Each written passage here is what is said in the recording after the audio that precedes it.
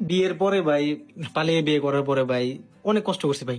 ঘর ছাইরা চলে গেছি ভাই। তো বুঝো না ভাই কেন ছাড়ছি ভাই ঘর, জানো কি কারণে ছাড়ছি? কারণ আমার ওয়াইফ রে আমি কথা শুনাই, এটা হিসাব আলাদা। আমার ওয়াইফ রে আমি 2টা গালি দিই, 10টা গালি দিই, আবার আমি তার ওইরকম ভালোবাসি।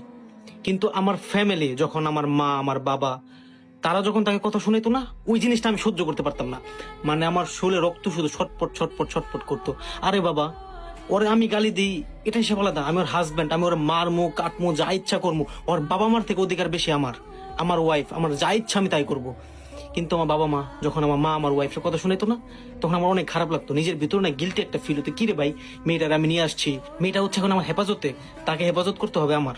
এবং এমনও সময় গেছে যে আমি আমার মায়ের কথা শুনে আমার ওয়াইফের সাথে খারাপ ব্যবহার করছি, তার গায়ে হাত পর্যন্ত তুলছে আমার মায়ের কথা শুনে আমি। কিন্তু আমি বুঝি নাই যে কোনটা ভালো কোনটা খারাপ। আমি এটা ডিসকাস করি না, আমি কখনো শুনি নাই। আমি শুধু আমার মায়ের কথা শুনছি, কখনো কি আমি আমার ওয়াইফের কথা শুনি নাই যে ও বেচারিটা আমার কি বলতে চায় বা বেচারিটার সমস্যা কি, আমি কখনো শুনি নাই। বাট একদিন যখন আমি ঠান্ডা মাথায় শুনলাম, তখন বুঝলাম যে এক হাতে কখনো ভাই লাইফে তালি বাজে না। এক হাতে লাইফে কখনো তালি বাজে না। দুইজনেরই দোষ থাকে, হয়তো কারো বেশি দোষ থাকে, হয়তো কারো কম দোষ থাকে, বা কেউ এমনি এমনি খোঁচায়, এমনি এমনি খোঁচায়। ঠিক আছে, তো এইরকম। তো আমার কথা হচ্ছে যে ওয়াইফটা আমার, আমার ওয়াইফ কেন মানুষের কথা শুনবো? যেমন ধরো যে ভাই, আমি যদি আমার মারে 2টা গালি দিই বা আমার সাথে আমি খারাপ ব্যবহার করি, আমার বাবা কিন্তু এসে ঠিকই ভাই আমার কানে এসে ঠাস ঠাস করে 2টা বসাই দিবে যে তুই তোর মার সাথে খারাপ ব্যবহার করিস কেন, হ্যান ত্যান বলবে না? তো সেম এরকম তবে আমার অধিকার ভাই, এটা আমার ওয়াইফ। আমার ওয়াইফ আমার বাবা মা 2টা কথা বলতেছে, ঠিক আছে, আমার কাছে বলুক যে দেখ তোর ওয়াইফের এই সমস্যা, তোর বউ এমন করে এমন করে, আমি বুঝবো এটা। আমার ওয়াইফে মারমু কাটমু যা ইচ্ছা তাই করবো, এটা আমার ব্যক্তিগত বিষয়। যে তারা যে আইনটা নিজের হাতে তুলে নিয়ে যে আমার ওয়াইফের কথা শোনাবে, ভাই একটা মেয়ে কত সহ্য করবে ভাই? পরের মেয়ে আমার কাছে আসছে, তো পালাই আসছে, ফ্যামিলির মাধ্যমে বিয়ে হয় না, পালাই আসছে। তো একটা মেয়েকে কি এখন, ওই মেয়ের কি আমি ছাড়া কেউ আছে? ওই মেয়ের কি এখন আমি ছাড়া কেউ আছে? এখন যদি ওই মেয়ের সাথে আমি পোল্টি নেই, বা ওই মেয়ের সাথে যদি আমি আরো যদি মানে এমনিতে ঢোলের বাড়ি তার মধ্যে যদি আমি আর নাচুনি বুড়ি হয়ে যাই, তাইলে হবে? বলো। একটা মেয়ে, সে আমাকে বিশ্বাস করে আমাকে ট্রাস্ট কইরা তারপর সে আমার কাছে আসছে। এখন যদি আমি আমার মায়ের কথা শুই না, আমার বাবার কথা শুই না, বা আমার বোনের কথা শুনি, এক কথা ওর কথা শুই না, আমি যদি আমি আমার ওয়াইফের সাথে খারাপ ব্যবহার করি, তাহলে কি মেয়ের বিশ্বাস আমি আঘাত করলাম না? যে মেয়েটা আমার প্রতি ভরসা বিশ্বাস রাইখা তারপর আসছে, এখন আমি আমার ফ্যামিলির কথা শুনে মেয়ের সাথে খারাপ ব্যবহার করি। আর আমি তো ফ্যামিলির কাছে জিজ্ঞেস করে মেয়ের ভালোবাসি নাই, বা ফ্যামিলির কাছে জিজ্ঞেস করে তো আমি মেয়ের বিয়ে করি নাই। তাহলে এটা আমার হেফাজত, এটা আমার, আমি যা ইচ্ছা তাই করব। কিন্তু কি অন্য কেউ তারা কিছু বলতে পারবে না, আমি করব। ঠিক আছে, বাসায় থাকতে দিবা না, রাখবা না, ঠিক আছে, চলে গেলাম, মা সালাম, বাই বাই, যা চলে গেছি, যা কষ্ট করছে, কষ্ট হয়েছে ভাই, অনেক কষ্ট হয়েছে ভাই। বাবা মা ছাইরা ভাই, একা একা ভাই, তখন ছোট ছিলাম, একা একা একটা বাসা ভাড়া নিয়ে থাকছি ভাই, কষ্ট হয়েছে ভাই। এখন কি করবো ভাই, ওই যে ইগো ভাই, না ওয়াইফরে আমি কারোর সামনে ছোট হইতে দিব না ভাই। আমার ওয়াইফ ভাই, ও আমার সবকিছু, আমার দুনিয়া। ও আমার বা মার হিসাব আলাদা, ওয়াইফের হিসাব আলাদা। মায়ের সাথে বউর কখনো তুলনা হয় না, মা মার জায়গায়, বউ বউর জায়গায়। আজকে রাগ গুচ্ছা আছে, কালকে সবকিছু সমাধান হয়ে যাবে, তখন সবাই একসাথে হয়ে যাবে। তাই বইলা কি ভাই সুযোগে কি আমার ওয়াইফটার বেচারিটারে আমি কষ্ট দিব? হুম? সে আমার প্রতি বিশ্বাস করে আসছে, যদি আমি তার, যদি আমি এখন আমার পরিবারের কথা শুনে তার সাথে খারাপ ব্যবহার করি, তার গায়ে হাত তুলি, তাহলে ভালোবাসা কই রইলো? বিয়ের আগে যে তারে কত আশা দিছি, কত ভরসা দিছি, জান আমি তোমাকে দেখে শুনে রাখবো, জান তুমি কোনো চিন্তা করো না, আমি তোমার পাশে আছি, জান কেউ তোমার কিচ্ছু বলতে পারবো না আমি থাকা অবস্থায়। যদি আমি না থাকি এটা হিসাব আলাদা। এইসব কথাগুলো যখন তাকে বিয়ের আগে বলতাম, তো বিয়ের পরে কি কথাগুলোকে রাখা আমার উচিত না?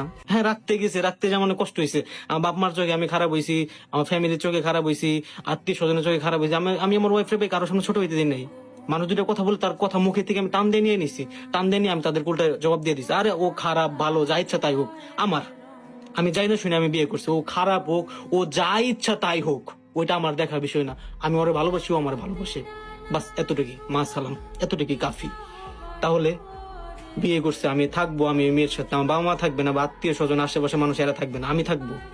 আমার দেখতে হবে আমার লাইফে ওর সাথে আমি কতটুকু অ্যাচিভমেন্ট, কতটুকু গ্রো করতে পারি। আলহামদুলিল্লাহ আমার লাইফে মেয়ে আসার পর আমার জীবন অনেক পরিবর্তন হয়ে গেছে, অনেক। মানে বিয়ের পরে যখন ঘর থেকে বিয়ে করে দিছে, বাসা থেকে বিয়ে করে দিছে, তখন কত মাত্র 6,000 টাকা স্যালারিতে একটা জায়গায় কাজ নিছি। আজকে ওই 6,000 থেকে কই এসে পড়ছি হিসাব আছে? হাতে একটা অ্যান্ড্রয়েড ফোন চালাইতে পারতাম না, এখন কি ফোন চালাই? হ্যাঁ, আগে কি পড়তাম এখন কি পড়ি, আগে কি খাইতাম এখন কি খাই, আগে কেমন ছিলাম এখন কেমন আছি? কার উসিলাই ভাই? ওই যে একটা নারীর উসিলাই। আল্লাহ তাআলা দিবে তো, আল্লাহ তাআলা বলে না যে দিব না, আল্লাহ তাআলা দিবে। কিন্তু কি, উসিলা তো লাগবে, হইতে পারে সেই আমার উসিলা আমার জীবনে। হ্যাঁ, ওই নারী আসার পরে ভাই আমার জীবনে অনেক কিছু পরিবর্তন হয়েছে, অনেক কিছু পরিবর্তন হয়েছে ভাই। যারা আমারে চিনে জানে তারা দেখছে একটা নারী আমার জীবনে আসার পরে আমার জীবনটা কিভাবে পরিবর্তন হয়েছে। আর আমিও কষ্ট করছি ভাই, আমি মিথ্যা কথা বলবো না ভাই, আল্লাহর কসম ভাই, যে পরিশ্রমটা করছি মাথা নষ্ট, প্লেট ধুইতে দিতে ভাই এদিক দিয়ে ভাই হাতটা জ্বলা যাইতো, হাত জ্বলতো। মানে আমি ভরসা রাখতাম যে আল্লাহ এত কষ্ট করতেছি, তার মানে এটা সুখ আছে, অনেক সুখ আছে। আলহামদুলিল্লাহ ভাই, বিশ্বাস করবো না, ট্রাস্ট মি, মানুষ বিদেশ কষ্ট করে, আলহামদুলিল্লাহ বিদেশ আল্লাহ তাআলা আমাকে অনেক ভালো রাখছে, অনেক সুখে রাখছে। এই কারণে বলি ভাই, তোমার ওয়াইফ ওটা তোমার ব্যক্তিগত সম্পদ, তোমার ওয়াইফ ওটা তোমার সম্মান, তোমার ওয়াইফ ওটা তোমার, কারো কথা শুনতে দিবা না, কারো কাছে ছোট হইতে দিবা না। তোমার ওয়াইফ তোমার সাম্রাজ্য, মনে রাখবা। তোমার ওয়াইফ তোমারই দেখে রাখতে হবে, তোমার ওয়াইফ ভাই তোমার কন্ট্রোল করতে হবে। কিভাবে কন্ট্রোল করবে এটা তুমি জানো, ঠিক আছে? ভালোবাসলে দুনিয়ার সামনে ভালোবাসবা, দুনিয়ার সামনে দেখাবা, দুনিয়ার সামনে তার পাশে থাকবা, দুনিয়ার সামনে তাকে সাপোর্ট করবা, তাকে সাহস দিবা যে আমি থাকা অবস্থায় তোমার গায়ে একটা কেউ টাচও দিতে পারবে না, আমি থাকা অবস্থায় তোমাকে কেউ একটা নোংরা ভাষায় গালিগালাজ করতে পারবে না, আমি থাকা অবস্থায় আমার সামনে তোমাকে কেউ কোনোদিন ছোট করতে পারবে না। একটা নারী কিন্তু ঠিকই তার হাজবেন্ডে কারোর সামনে ছোট হইতে দেন না। আমি আমার লাইফ ফিল করছি, আমার ওয়াইফ আমারে কারোর সামনে ছোট দেন, এবং কি তার ফ্যামিলির কাছেও কখনো আমাকে ছোট হইতে দেন নাই। তো তার মধ্যে আমার যথেষ্ট সম্মান আছে, এখনো সম্মান করি, আগেও সম্মান করতে অনেক ভালোবাসি। ঝগড়া মারামারি তো হবে সংসারে, একটা সংসারে যত ঝগড়াঝাটি হবে সংসারে মহব্বত মিল মহব্বত তত হয়, ঠিক আছে?